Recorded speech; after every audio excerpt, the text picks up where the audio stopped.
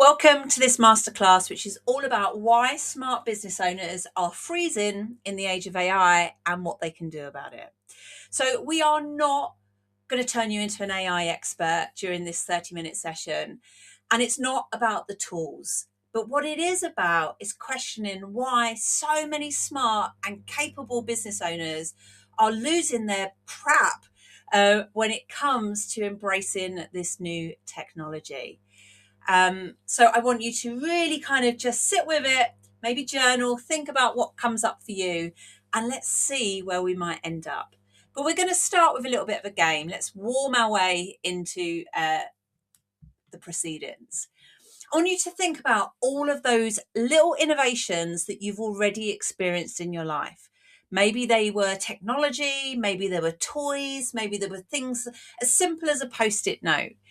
And I want you to think about all of the things that you really got excited about when they came into the world, and maybe the ones that you weren't too fussed about. Is there something on that bingo crib sheet that perhaps shouldn't be there, that you're like, nah, yeah, wasn't really into that? Or maybe one that was. For me, it was the Game Boy. It was the ultimate innovation that really impacted my childhood. I went and got my very first job as a result of wanting to get a Game Boy. And I still think it was a brilliant invention. It really changed a lot of people's kind of childhoods in the 80s and 90s. But I also want you to think about the speed of adoption, right? I don't think there has ever been a technology or an innovation that has shifted us so quickly into a brand new world. Do you know it took the car a grand old total of 62 years to reach 10 million users? That's like a whole person's lifetime. What that did is it meant that we had time to adopt.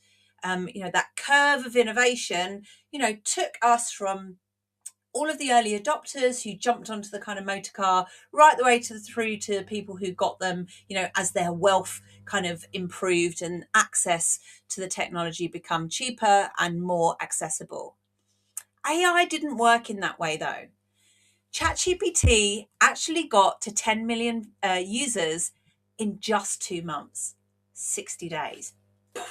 Blows your mind, right? It's no wonder we are so overwhelmed and trying to play catch up. So let's have a think about how that rate of pace affects your businesses.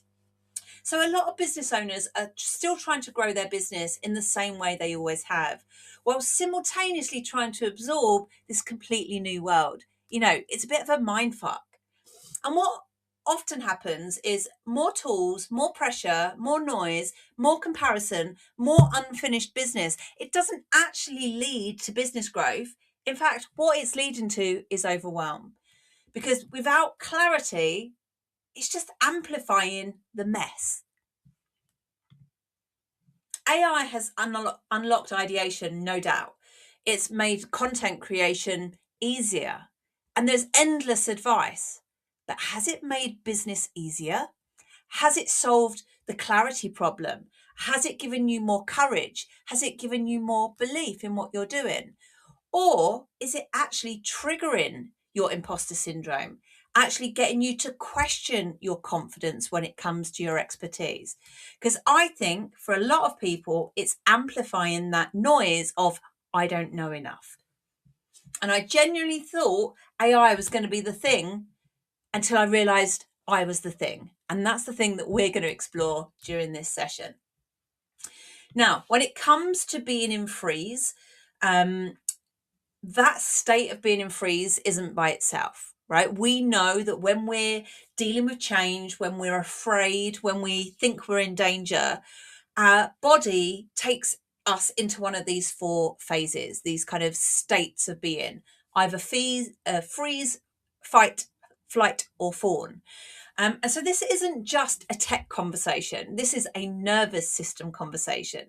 Some people freeze and they start overthinking, overlearning, and they can't move forward even if they've got improved knowledge. Some people fight. They reject AI altogether, or they just go down one route and they defend it with all their might. Some people go into flight mode. They make themselves constantly busy, jumping on new tools, thinking like they can't really land anywhere in particular because they've always got somewhere else to be. And other people fawn. They start copying everyone else. They start second guessing, people pleasing, losing their own voice. The thing is, these are not weaknesses. This is a human response to an environment that feels unsafe. Now, we can't look at all of these in any detail, but I really want to look at what freezing looks like. Sometimes for you, it might look like starting something but not finishing. Do you ever do that with AI? Like you get all excited and then you just leave it in your kind of chat thread.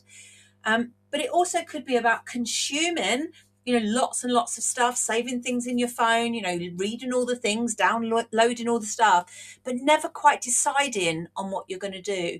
Being busy, but not actually moving forward. Constantly preparing, but never quite launching. Now, I know this feeling deeply. I very much experienced this a couple of years ago, and I want you to know this. What you're experiencing doesn't mean that you're broken, and there are steps that you can take to get out of this system. This is your body trying to protect you from uncertainty and overload, and you're not alone. Now, I've done many things in my career. I've been obsessed with technology since the early 2000s when I did a master's in multimedia design and culture. And I've, through my career, helped millions of people around the world in various change and transformation programs. And even I froze a couple of years back when AI absolutely exploded into our world. I lost my confidence in what I was doing, who I was. I lost my direction, and I lost sight of my unique strengths and values. I think I was trying to become all the things that I thought the world suddenly wanted, rather than looking deeply at the things that I wanted, the things that I cared about, the problems that I still wanted to solve in the world. And then I got clarity. I took a pause. I stopped. I really thought about my mission, and I stopped obsessing over everything I didn't know. Hands up if you feel like you're on top of AI. You don't. That feeling of being on top of something is never going to happen with this technology, because the innovation involved and the array of use cases and levels in which you can operate, it is impossible to know it all. And that's why we have to really understand our own use cases and our own possibilities for how we put this forward for our businesses. Now, for me, and I'm just talking about my strengths here, my number one strength is ideation. So I don't use AI for that. I am really good at helping people to set their vision. So I don't use AI for that either. So this is where it comes down to understanding your strengths and your weaknesses, where you can use AI to leverage and amplify and ramp things up, and where you can use AI to outsource and to systemize and to automate those things that perhaps for a brain like mine feels like boring and process, and I never quite get round to it. Now, my work sits firmly at the intersection of innovation, AI adoption, change, and human behavior. I sometimes get called an AI expert, but I like to think that I'm more about the thinking behind it. I work with business owners, communities, and organizations who are trying to navigate this uncertainty while still building meaningful businesses and careers. I partner with global companies like Google and get to work with some awesome SMEs to design tech products, which are going to be a game changer, not just for the company, but for their users too.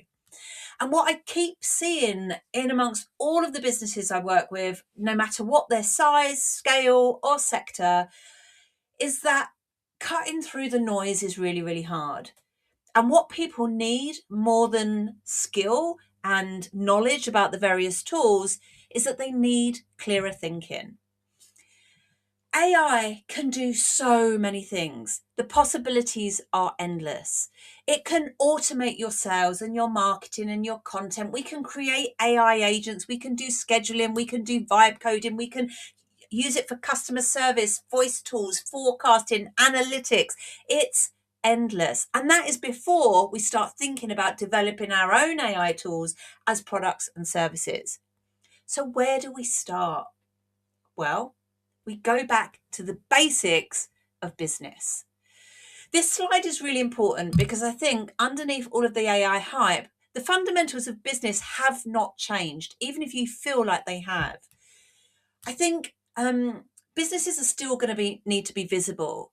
You still need to make sales. You still need to deliver upon those sales. You still need to have customer relationships. You need to understand how your operations operate, and you still need financial stability.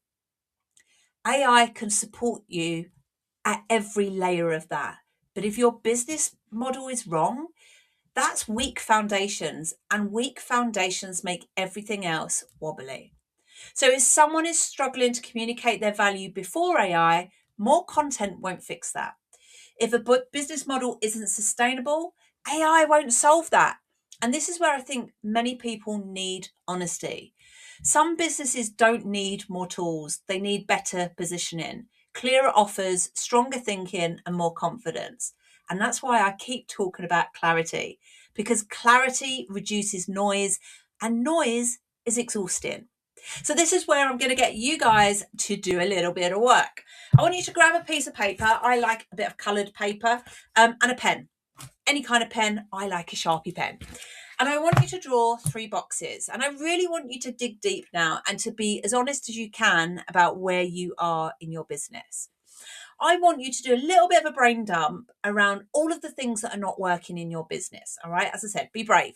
All of those icks, those little things, those big things, those things that go, I hate doing that. I hate doing it. I don't know how. It feels icky.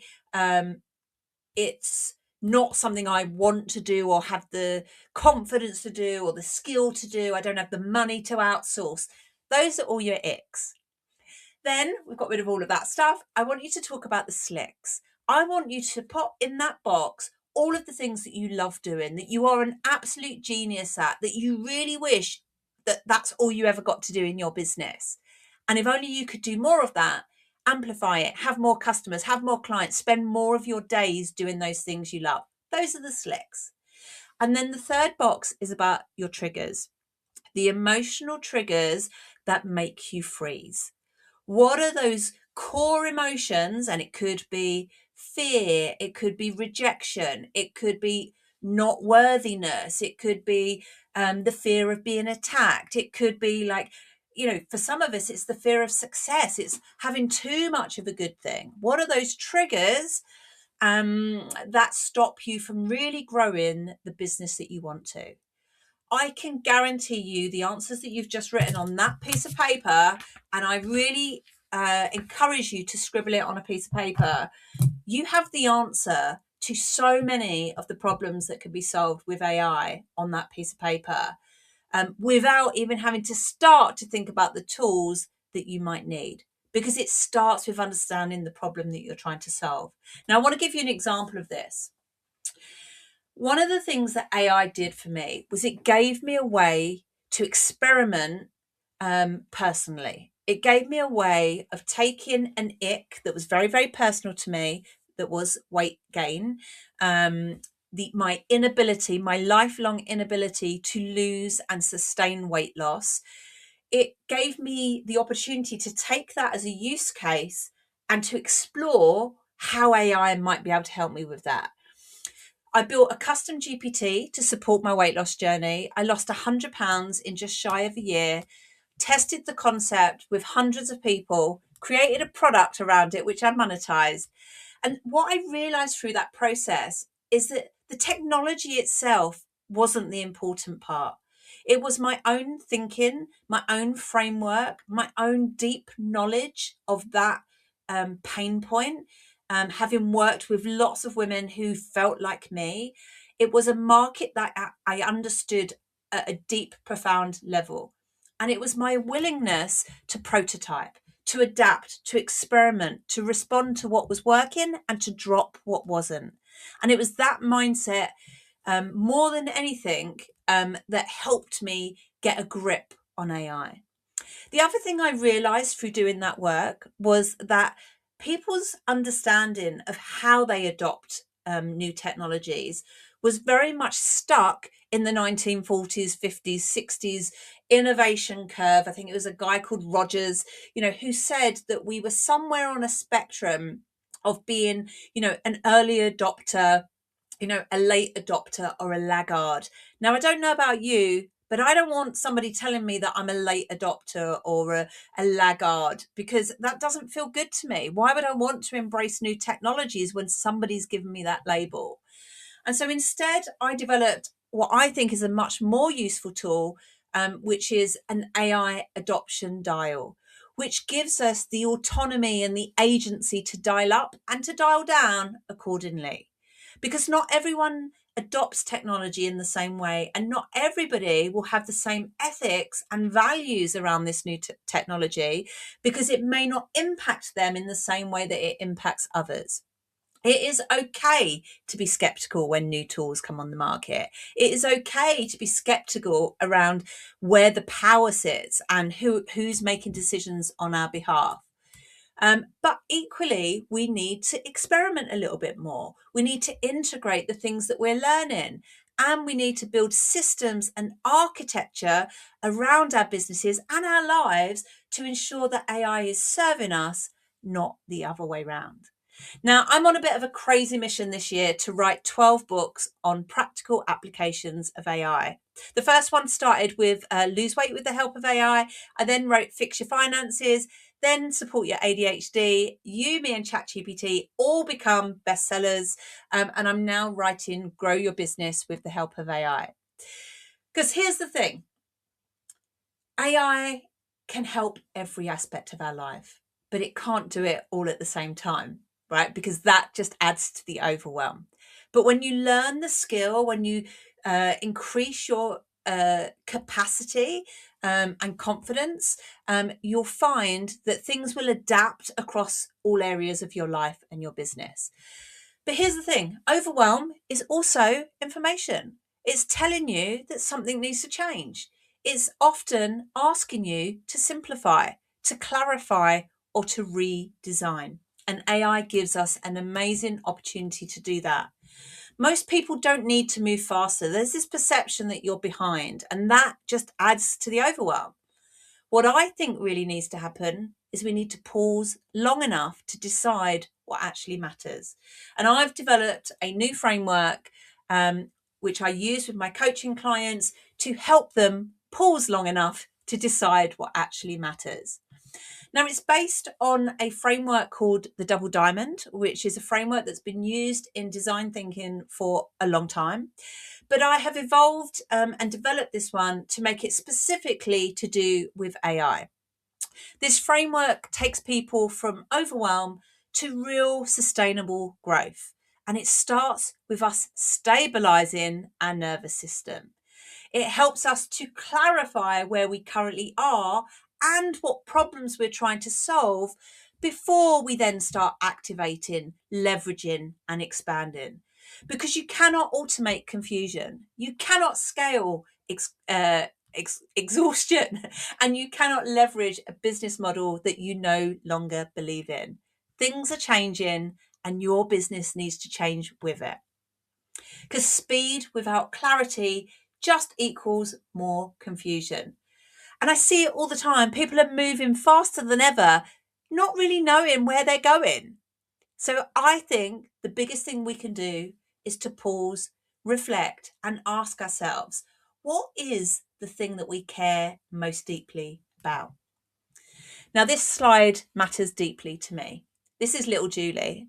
And little Julie, at the age of 11, wanted to be a writer. But little Julie had undiagnosed ADHD, dyslexia, and possibly autism. And so when she announced in school that she wanted to be a writer, it's hardly any wonder that nobody thought it was possible. It's also worth reflecting on how the systems and innovation have changed, particularly around book writing. Writing and publishing a book for somebody like Julie from a working class background with all of those barriers in front of her and a system of publishing that was built with kind of gatekeepers and, really set out for the wealthy, it's no wonder that it felt so out of reach. I wasn't behind, the systems were. And luckily for me, the technology has evolved and I've managed to catch up. But I think it's been a useful exercise for me to reflect on who I was as an 11-year-old, the things that mattered to me, and whether they still matter to me today. This 11-year-old wanted to change the world with her ideas. She was just waiting for the right time for that to happen.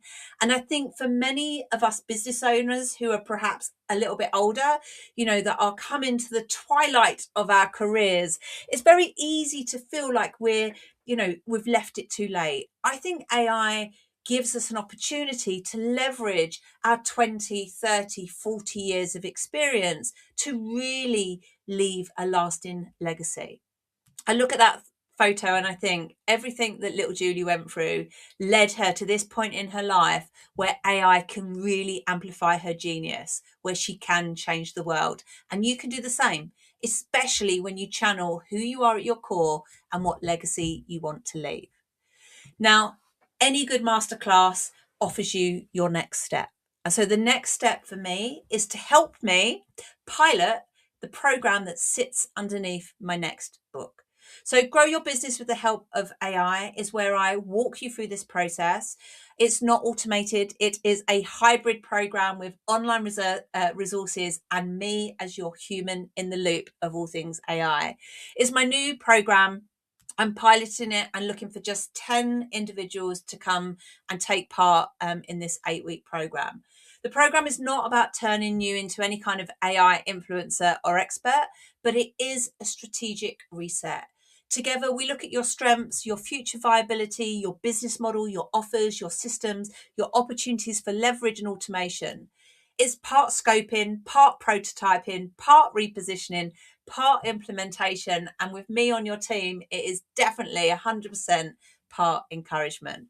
The goal is to help you build a business that works with your strengths in the age of AI, not against them. So if you would like some more details, do get in touch and book a call. I want to leave you with some questions to journal on, because the more we pause, the more clarity we will get. The more we pause, the less the noise of other people, the gurus, the experts, the people that do not know you, those voices will disappear and your voice will get even louder and that clarity will be stronger than ever. So the questions are, what is your mission in life and in business?